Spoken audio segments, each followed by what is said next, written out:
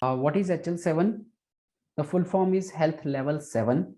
Okay. One important thing we have to understand is that HL7 Health Level 7 is name of an organization. So we commonly call it hl7.org, right? It's just the site also goes with this name. So why I'm saying this, because very commonly you will find that people are saying we are exchanging HL7. HL7, within HL7, it's name of the organization. Within HL7, you have multiple standards, version 2, version 3, CDA, FHIR, SPL, CCDA, right? There are multiple set of family of standards. Okay. So we'll come to that. So HL7 is Health Level 7, and it's a proper organization registered in US. And what HL7 does, it's not a software application. No, it's not like exe. You double click on it and you install something. No, it's nothing. It's not plug and play. There is no developer specifications as such. Okay. What is HL7? HL7 is nothing but specifications, set of guideline, protocol for data exchange, rules. Rules for what? For creating the standard format. For example, if I say I have a data, what data I have? Patient name, for example, Mr. Aditya Joshi. Okay. Same way I have let's say some other information like heart rate is 100 beats per minute. Okay. So how I will convey this information? Right? If I write this way, now somebody will say, what's the big deal in this? Yes, I can understand it.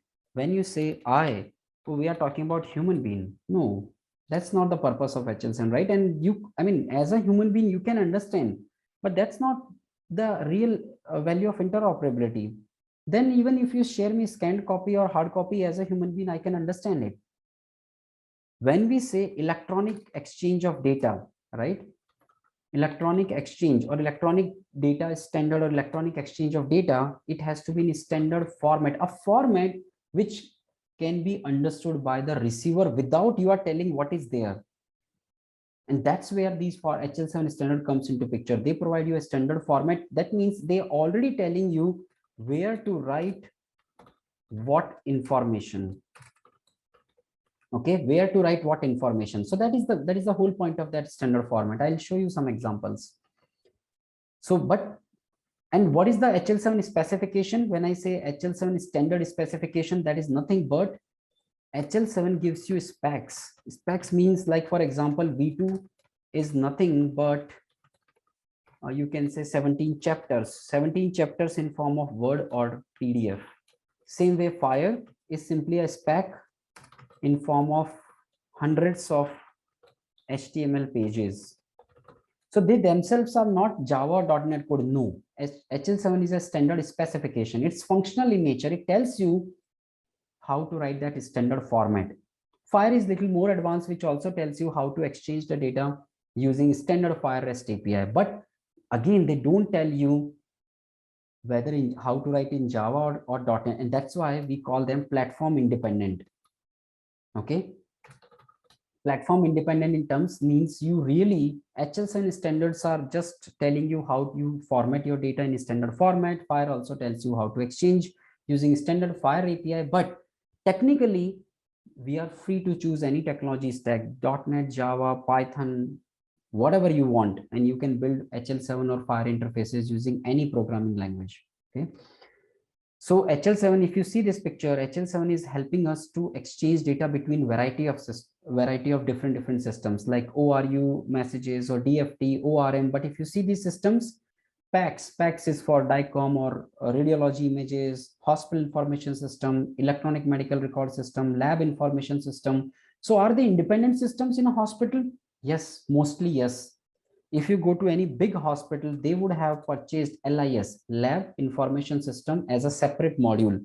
Even the company who would have provided LIS to that hospital might be different from the company who would have given RIS, Radiology Information System.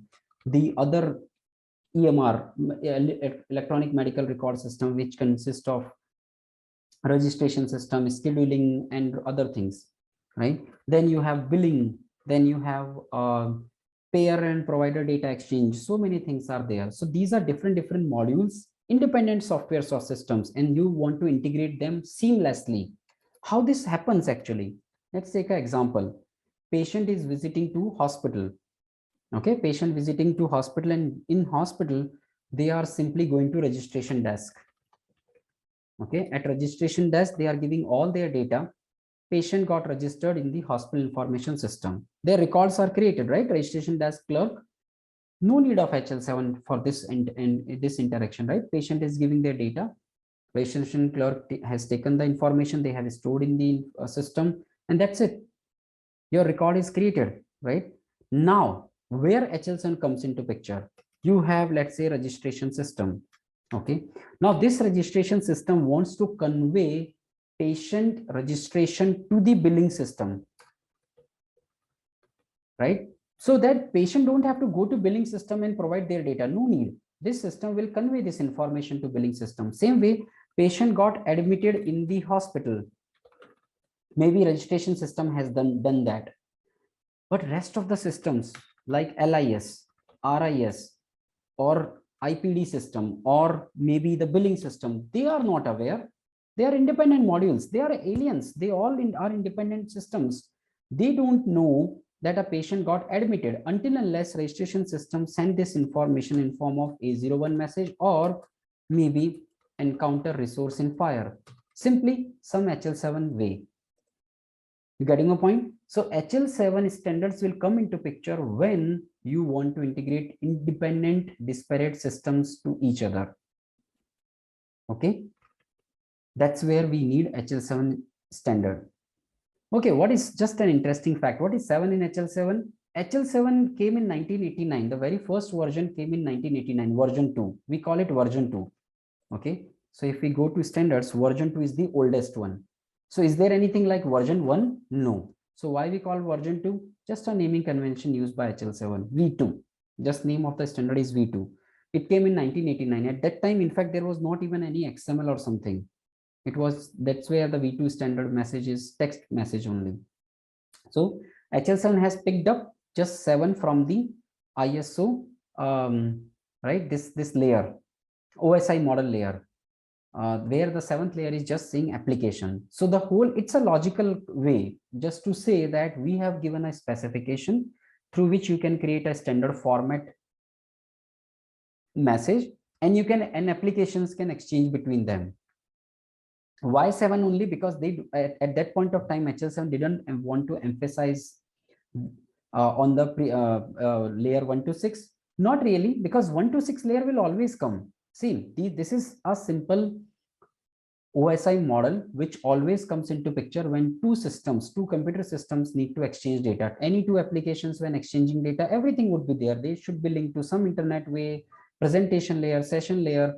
What HL7 needs to say is, we do not give you specification guideline how you manage 1 to 6, your choice. Like transport, TCP/IP, MLLP, FTP, REST API, what technical way you choose, your choice. We are giving you a specification through which you can create a standard format message and applications can exchange. That's why 7 they have picked up logically just to convey this concept.